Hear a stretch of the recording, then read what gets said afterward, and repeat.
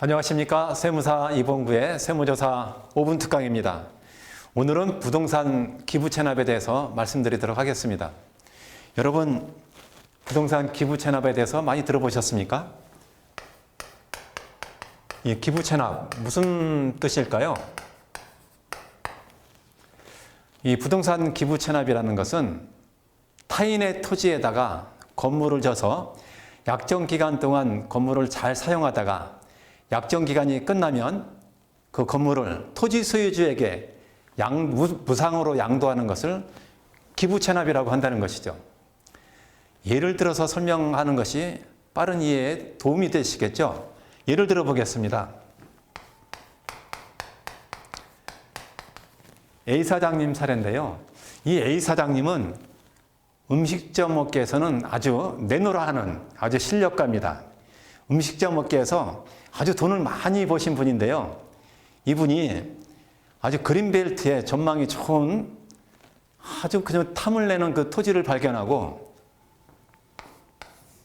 이 B 사장님이 가지고 있는 이 토지에 눈독을 들이게 됐어요. 여기다가 음식점을 좀 건축을 하면 음식점이 장사가 잘 될 것 같다. 이런 생각을 해가지고 이 B 토지를 가지고 있는 B 사장과 계약을 했습니다. 이 B 토지에다가 건물을 져서 한 10년간 사용하기로 계약을 했습니다. 10년간. 그리고 10년이 지났을 때 소유권을 무상으로 이전을 해주겠다. 이런 계약을 한 것이죠. 이것이 기부 체납이라는 것입니다. 남의 토지에다가 건물을 져서 건물을 10년간 약정 기간 동안 잘 사용하다가 약정 기간이 끝나면 무상으로 양도하는 것을 기부 체납이라고 한다는 것이죠. 자, 이 A 사장님이 B 토지에다가 그린벨트에다가 음식점 건물을 아주 멋들어지게 져가지고 10년간 장사를 해서 아주 많은 돈을 벌었습니다.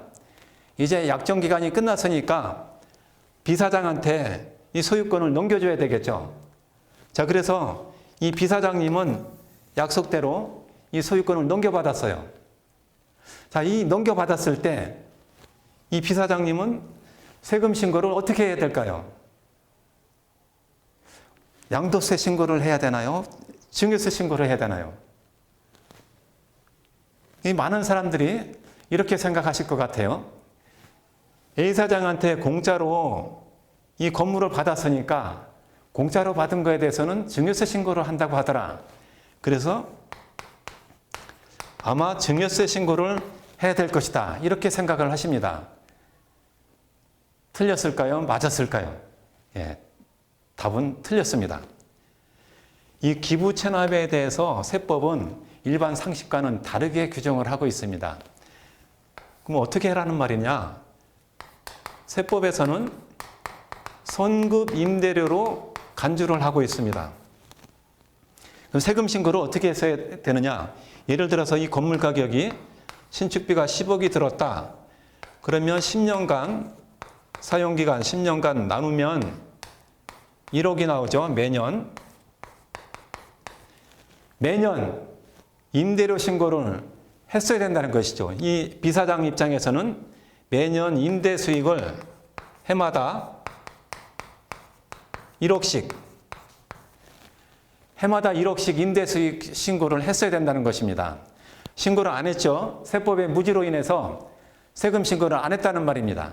그러면 세금 신고를 안 했을 경우에 이 B 사장님은 무신고가 돼가지고 신고 불성실 가산세, 납부 불성실 가산세까지 적용받아서 세금 폭탄을 맞게 되는 것입니다. 자, 그러면 이 A 사장님은 또 어떻게 될까요? A 사장님은 자기가 건물을 졌으니까 아마도 자산으로 계상을 했을 겁니다. 건물 자산으로 계상해서 감가상각비로 비용을 계상을 했겠죠. A 사장은 아무 문제가 없을까요? A 사장도 잘못됐다는 것이죠. 감가상각비 인정받지 못합니다. 지급임차료로다가 매년 1억씩 비용 계상을 했어야 된다는 것이죠. 그래서 감가상각비가 과대 계상됐다면 그 차액만큼 세금을 추징당하게 됩니다. 이 기부 체납에 대해서는 반드시 일반 상식에 따라서 세금 신고를 할 것이 아니라 반드시 조세 전문가의 자문을 구하셔서 세금 계산을 해야 된다는 것이죠. 많은 분들이 이렇게 얘기를 합니다. 아니, 법무사님이 아무 문제 없다고 그랬는데요? 예, 맞는 말씀입니다. 등기부법상 아무 문제가 없다는 것이죠. 세금 측면에서는 세법상 기부체납은 성급 임대료로 간주가 되기 때문에 반드시 세법에 따라서 세금 신고를 해야 된다는 것이죠.